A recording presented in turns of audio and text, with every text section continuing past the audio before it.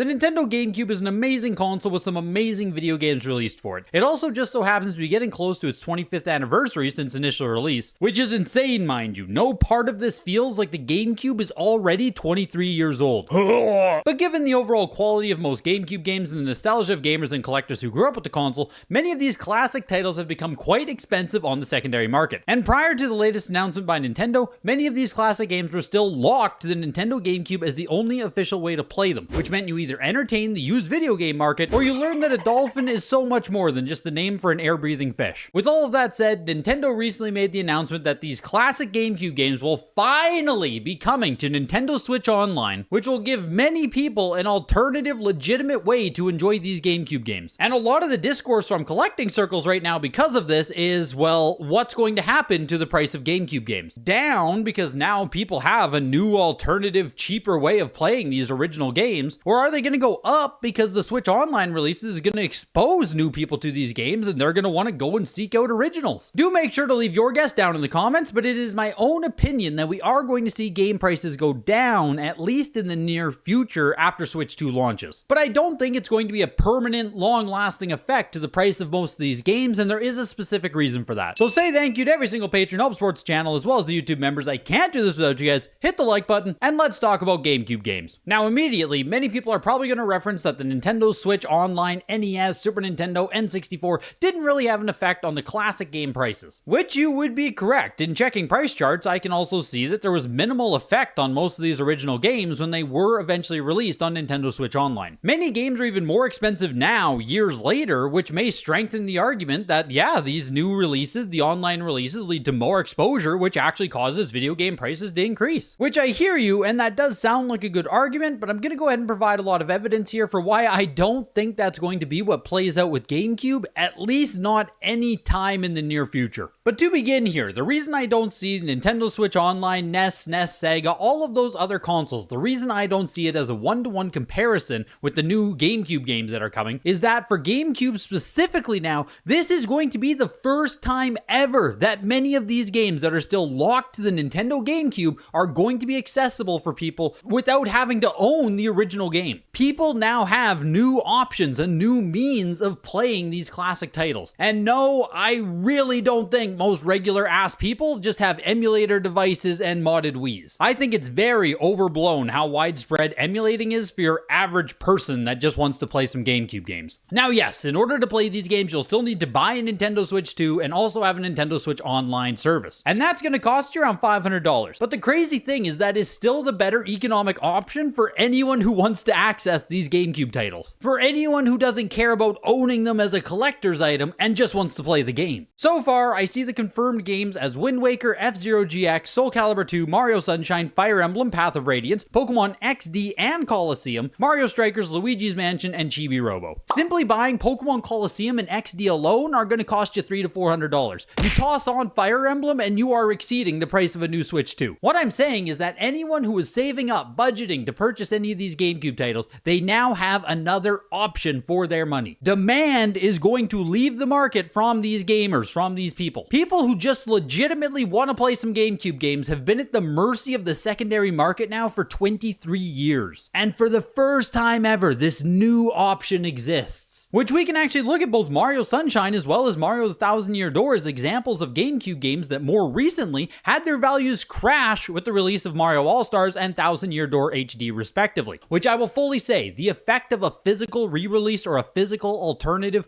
will be stronger than that of a digital online subscription. I don't discount that fact whatsoever. The physical is a much better substitute. It's one thing that I actually overestimated 4 years ago when I talked about Nintendo 64 Online. I expected the price of the N64 games to go down a significant amount because we also saw the SNES Mini have a drastic effect on SNES prices at the time of its release. It turns out that the physical SNES Mini was far more effective at altering secondhand prices than Nintendo 64 Online was. Albeit, N64 virtual games had been available all the way back to the Wii days, and as of 2023 on the Wii U Virtual Store. So it's not like N64 coming to the Switch was something new or revolutionary. People had access or alternative options for N64 games for a long time now, which is the massive distinction I'm making here now against GameCube. And for what it's worth, games like Mario Party 2, Mario Party 3, and Ocarina of Time actually have lower average prices today than they did the month that the Nintendo Switch Online expansion pack was released. Some of the other games I looked up do have higher prices now, so it's hard to draw a meaningful conclusion either way with N64. But going back to Mario Sunshine and Thousand Year Door, these were both GameCube titles that had no other way to be accessed or played officially other than owning a GameCube game. And even now, years after these re-releases have come out, the prices of the original games are still down pretty significantly. Complete copies of Mario Sunshine were valued on average at $56 on price charts in September 2020, which is when Mario All-Stars was announced and released on Nintendo Switch. Since then, it dipped as low as $33 and currently sits at $46. This will soon be 5 years since the release of Mario 3D All-Stars, and the original Mario Sunshine has still not recovered to its previous price. For Thousand Year Door HD, it was first announced at Nintendo Direct in September of 2023, when a complete copy of the game was averaging around $89. It dipped as low as $49 since then and currently sits at about $53. Later this year, it's going to be 2 years since we first got news of the HD remake, and again, the value of the original Thousand Year Door is down significantly. Even lesser known titles like Baten Kaitos Origins and Eternal Wings both had their value almost cut in half following the HD re-release. The point is, when a game first gets a new, modern, more convenient way or less costly way of being played, it generally does not help the value of the original copies. Basically, we go through this reshuffling period where we learn if the value of the original game can still be supported even when demand gets split between alternatives. And for those of you still thinking or saying that new exposure to these classic games will drive demand backwards, people are going to want to go check out the originals, even a game like Mario RPG, which also had a remake come out, where I'm sure most people would have argued the only people paying $100 for an original cartridge were collectors and diehards, and for those collectors, the new release would not be a sufficient alternative. New people will learn about Mario RPG and they'll want to go buy the original, and collectors won't want to sell the copies they own. It's Mario RPG after all, an incredibly iconic title. I even have this big original store banner here hanging in my room. Well, the value of Mario RPG on SNES is still basically cut in half from June 2023 when the remake was first announced. It went from an average price of $105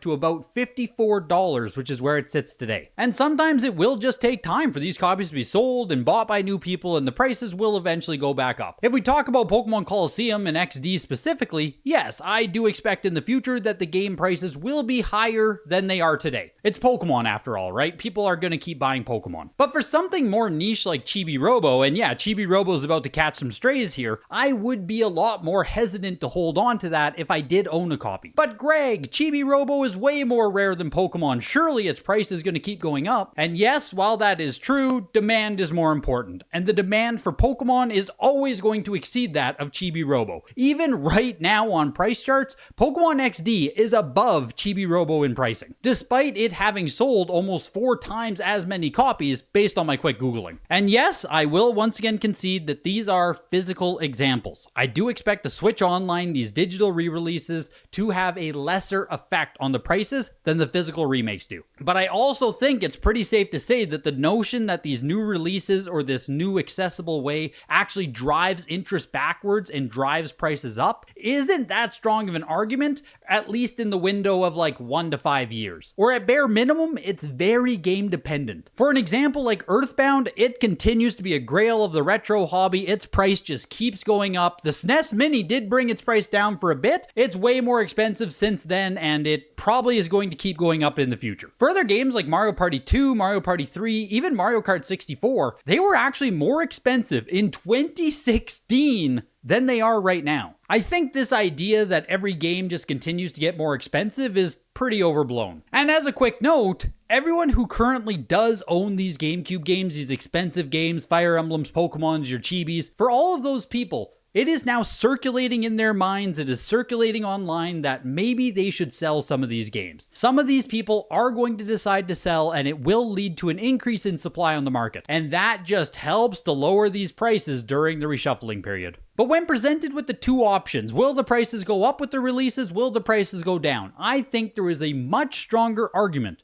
for why the prices are going to go down, at least in the short term, as to why they would go up with the new Switch Online releases. If I'm missing some critical piece of this argument, please let me know down in the comments below. If you have a strong argument for why they are going to go up instead of down, please let me know why. My own thought is that any GameCube game that has a substantial price that is going to be brought to Nintendo Switch Online is going to see its price fall, at least in the short term. I'm super curious to hear your own thoughts on this. Make sure to hit the like button before you go, and I will see you guys in the next video. Goodbye.